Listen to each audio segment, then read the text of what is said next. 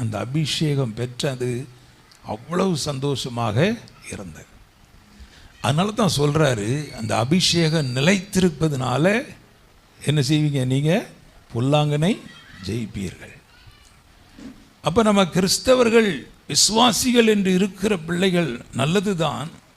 அடுத்தபடி பொல்லாங்கனை இந்த உலகத்தில் நாம் ஜெயித்து வாழக்கூடிய ஒரு வாழ்க்கை வாழ. அப்படின்னா தேவனுடைய வாசனம் நம்மில் நிலைத்திருக்கணும், அபிஷேகம் நம்மில் நிலைத்திருக்கணும், ஆவியானவர் நமக்குள்ளாக இருக்கணும். அதனால தான் அந்த பரத்திலிருந்து வருகிற ஞானத்தை பற்றி சொல்லும்போது முதலாவது சுத்தமும் பின்பு சமாதானம்.